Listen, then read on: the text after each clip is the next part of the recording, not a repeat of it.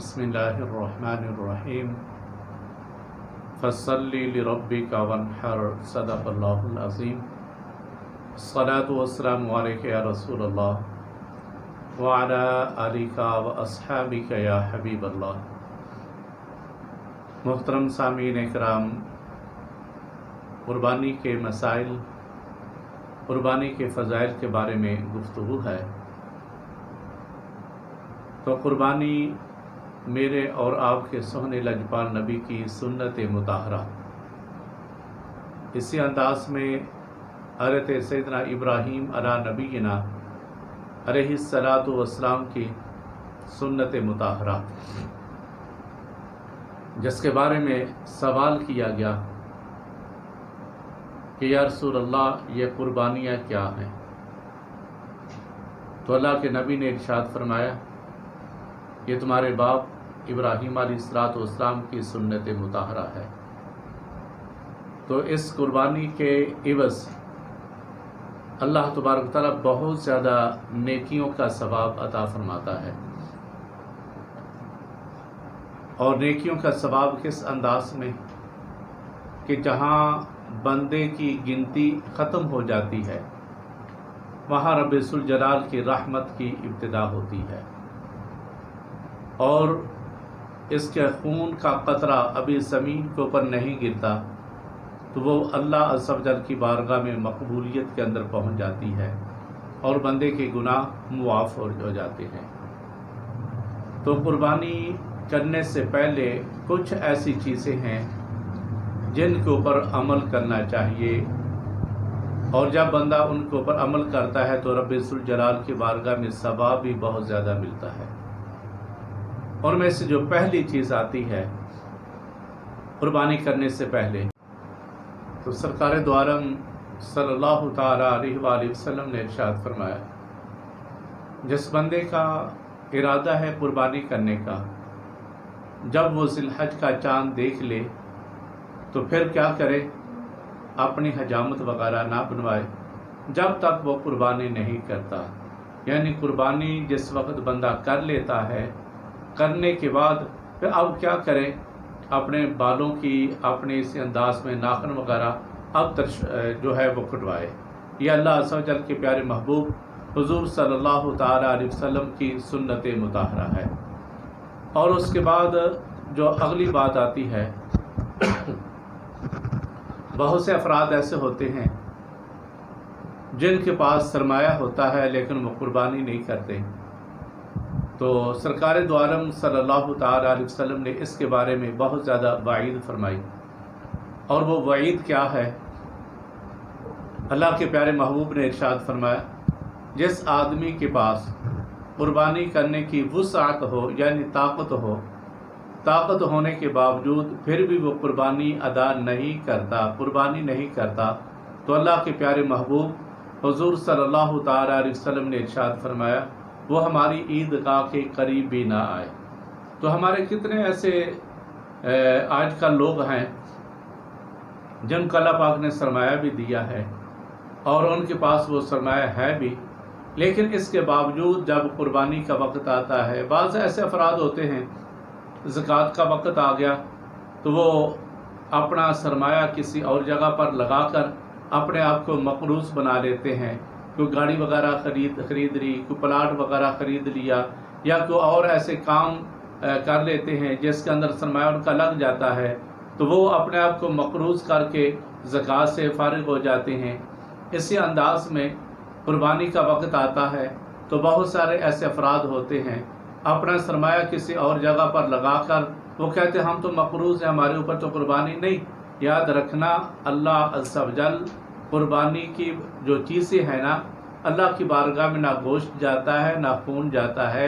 اللہ کی بارگاہ میں جو کچھ جاتا ہے وہ بندے کا تقویٰ ہوتا ہے۔ جب بندے کا تقویٰ ہوگا، خلوص ہوگا، تقرب الہی ہوگا تو قربانی تو پھر اللہ کی بارگاہ میں مقبول ہوگی نا، ایسے تو نہیں۔ لیکن ہر ایک مسلمان کو قربانی کرنی چاہیے جن کے پاس وسعت ہے قربانی کرنے کی۔ تو حضرت امام حسن رضی اللہ تعالیٰ عنہ اسی قربانی کے بارے میں ارشاد فرماتے ہیں، سرکار دو عالم صلی اللہ تعالیٰ علیہ وآلہ وسلم نے ارشاد فرمایا جس آدمی نے طالب ثواب ہو کے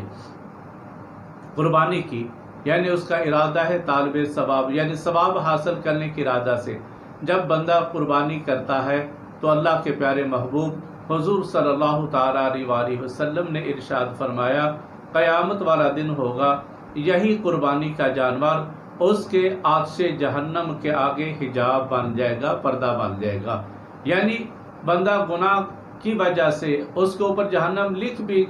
لکھی جا چکی بھی ہوگی، لیکن یہ قربانی کا جانور ایک پردہ بن جائے گا، ایک آڑ بن جائے گی جہنم کے دروازے کے اوپر، اور اس آدمی کو یعنی جس نے قربانی ادا کی اس کو جہنم کے اندر جانے کے سلسلہ میں روک کے رکھے گا جب تک رب ذوالجلال چاہے گا تو اللہ عز و جل اسی کے تصدق سے رب ذوالجلال بندے کو جنت کے اندر بھی اعلیٰ مقام عطا فرما دے گا۔ اور اس کے بعد جو اگلا مرحلہ آتا ہے قربانی کرنے کے بارے میں، یعنی سب سے پہلے تو آپ نے حجامت نہیں بنوانی جب آپ نے چاند دیکھ لیا۔ دوسرے مرحلے میں کوشش یہ کریں کہ اپنے آپ کو مقروض نہ بنائیں، بلکہ کوشش کریں کہ آپ قربانی ادا کریں۔ تیسرے مرحلے میں جب قربانی کا جانور خریدا جاتا ہے تو اس کے اندر عیب نہیں ہونا چاہیے۔ ہمارے کتنے ایسے ساتھی ہیں یا جو بھی کاروبار تاجر افراد ہیں وہ زیادہ تر دن کے وقت کام کرتے ہیں، رات کے وقت قربانی کا جانور خریدتے ہیں، اور رات کے اندھیرے کے اندر جانور فروخت کرنے والے بے شمار ایسے جانور جن کے اندر عیب ہوتے ہیں ان عیوب کو بیان نہیں کرتے اور عیب والا جانور وہ بیچ کے چلے جاتے ہیں۔ یاد رکھنا عیب والا جانور اللہ عز و جل کی بارگاہ میں مقبول نہیں۔ اگر تھوڑا سا اس کے اندر عیب ہو تو وہ ایسا جانور مکروہ ہے، یعنی قربانی تو ہو جائے گی لیکن مکروہ ہوگی۔ لیکن اگر اس کے اندر زیادہ عیب پایا گیا تو ایسا جانور جس کے اندر زیادہ عیب ہے اس کی قربانی ادا ہی نہیں ہوگی۔ قربانی کرنے والے، قربانی کا جانور خریدنے والے،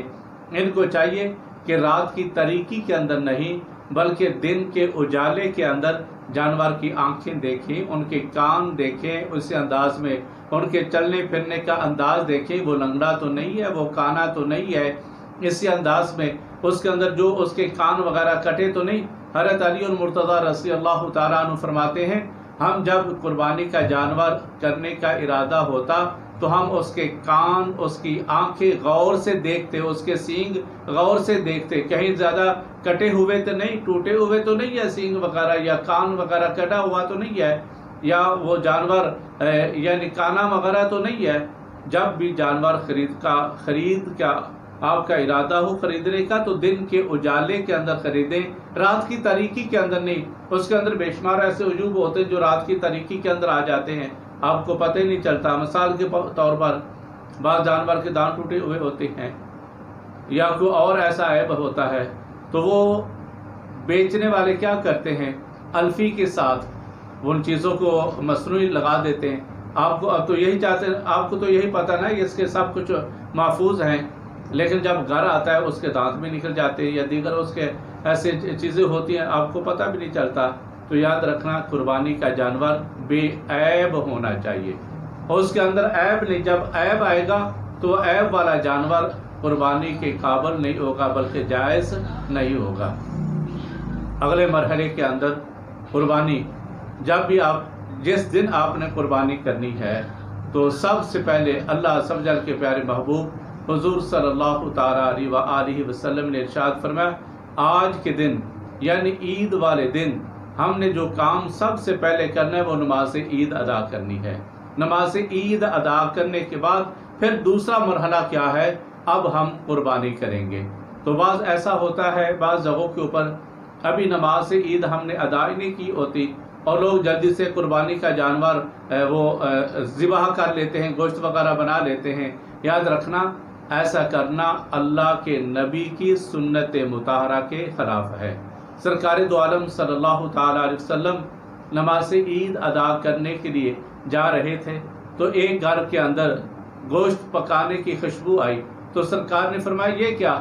عرض کی یا رسول اللہ، وہ صحابی رسول ساتھ ہے، عرض کی یا رسول اللہ میں نے تو اس خیال سے جلدی سے جانور کو ذبح کیا تاکہ ہمارے پڑوس کے جو غریب ہیں ان کے گھر کے اندر گوشت وغیرہ پہنچ جائے تاکہ وہ بھی پکا لیں۔ تو اللہ کے نبی نے فرمایا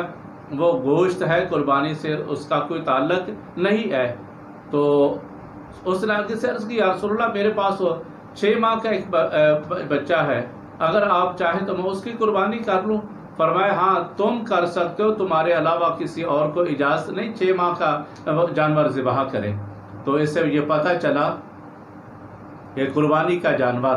ایک تو اس کی عمر ہونی چاہیے، جیسا کہ چھترا یا دمبا وغیرہ اگر دور سے 6 ماہ کا بھی ہو، یعنی دور سے دیکھنے کے اس کی پرورش ایسی ہو سال بھر کے برابر وہ معلوم ہوتا ہو تو اس کی الگ بات ہے۔ لیکن بات یہ ہے کہ نماز عید ادا کرنے سے پہلے قربانی کا جانور اگر ہم نے اس کو ذبح کر لیے تو وہ گوشت ہے، قربانی سے اس کا تو کچھ تعلق نہیں ہے۔ اور اس کے بعد اللہ کے نبی نے اگلا جو مرحلہ سٹیپ ہمیں بتایا وہ کیا تھا؟ سرکار دو عالم صلی اللہ تعالیٰ علیہ وسلم نے ارشاد فرمایا عید والے دن یعنی خوشی کا دن ہے، اور خوشی کے دن بے شمار ہم صدقہ و خیرات بھی کرتے ہیں، پیسہ وغیرہ بھی لگاتے ہیں۔ تو اللہ کے پیارے محبوب نے ارشاد فرمایا عید والے دن اللہ کی بارگاہ میں جو سب سے زیادہ پسندیدہ عمل ہے وہ کیا ہے؟ پسندیدہ عمل وہ ہے قربانی کرنا، اور جو قربانی کا ثواب ہے عید والے دن وہ آپ اس کے مد مقابل جو کچھ یعنی قربانی نہیں کرتے، آپ سونا چاندی بھی خیرات کر لیں، لیکن جو قربانی کا ثواب ہے جو اس کے مد مقابل آپ کا سونا چاندی بھی خیرات کر لیں وہ اس کے مد مقابل نہیں ہوگا۔ تو عید والے دن سب سے زیادہ اللہ کی بارگاہ میں جو مقبول عمل ہے وہ خون بہانا ہے، یعنی قربانی کرنا ہے۔ اور اس کے بعد اگلا جو مرحلہ آتا ہے قربانی کرنے والا، اللہ کے پیارے محبوب حضور صلی اللہ تعالیٰ علیہ وآلہ وسلم نے جب حضرت بی بی فاطمہ رضی اللہ تعالیٰ عنہ کی قربانی کرنی تھی تو سرکار نے فرمایا اے فاطمہ اٹھ کھڑی ہو، اپنی قربانی کے جانور کے قریب کھڑی ہو جا۔ تو جو بھی قربانی کرنے والا ہو یعنی عورت کی قربانی ہے تو وہ قربانی کے جانور کے قریب ہو، اس کے قریب تھوڑی دیر کھڑی ہو جائے، اس کے بعد جب ذبح ہو جائے یعنی وہ اپنی جگہ پر آ سکتی ہے۔ تو قربانی کرنے والا آدمی اپنی قربانی کے قریب ہو۔ تو اللہ کے نبی نے ارشاد فرمایا جب قربانی کے جانور کا خون ابھی زمین کے اوپر نہیں گرتا تو قربانی کرنے والے کے رب ذوالجلال گناہوں کی مغفرت فرما دیتا ہے۔ اور اس کے بعد اس کے اندر ایک اور چیز کا میں اضافہ کرتا جاتا ہوں، وہ یہ ہے کہ اگر آپ بڑا جانور لیتے ہیں تو بڑے جانور کے اندر آپ قربانی بھی کر سکتے ہیں، آپ اپنے بچوں کا عقیقہ بھی کر سکتے ہیں، چونکہ قربانی بھی تقرب الہی کا ایک ذریعہ ہے اور عقیقہ بھی تقرب الہی کا ایک ذریعہ ہے۔ آپ قربانی کے اندر اپنے عقیقے کا حصہ بھی اگر آپ رکھنا چاہیں تو رکھ سکتے ہیں۔ تو گویا کہ قربانی کے بے شمار فضائل ہیں، بے شمار اس کی حکمتیں ہیں، کسی بھی حکمت کو دیکھیں ہر حکمت کے اندر بے شمار رب ذوالجلال نے اجر عظیم رکھا ہے۔ تو قربانی خوش دلی کے ساتھ، جب بندہ خوش دلی کے ساتھ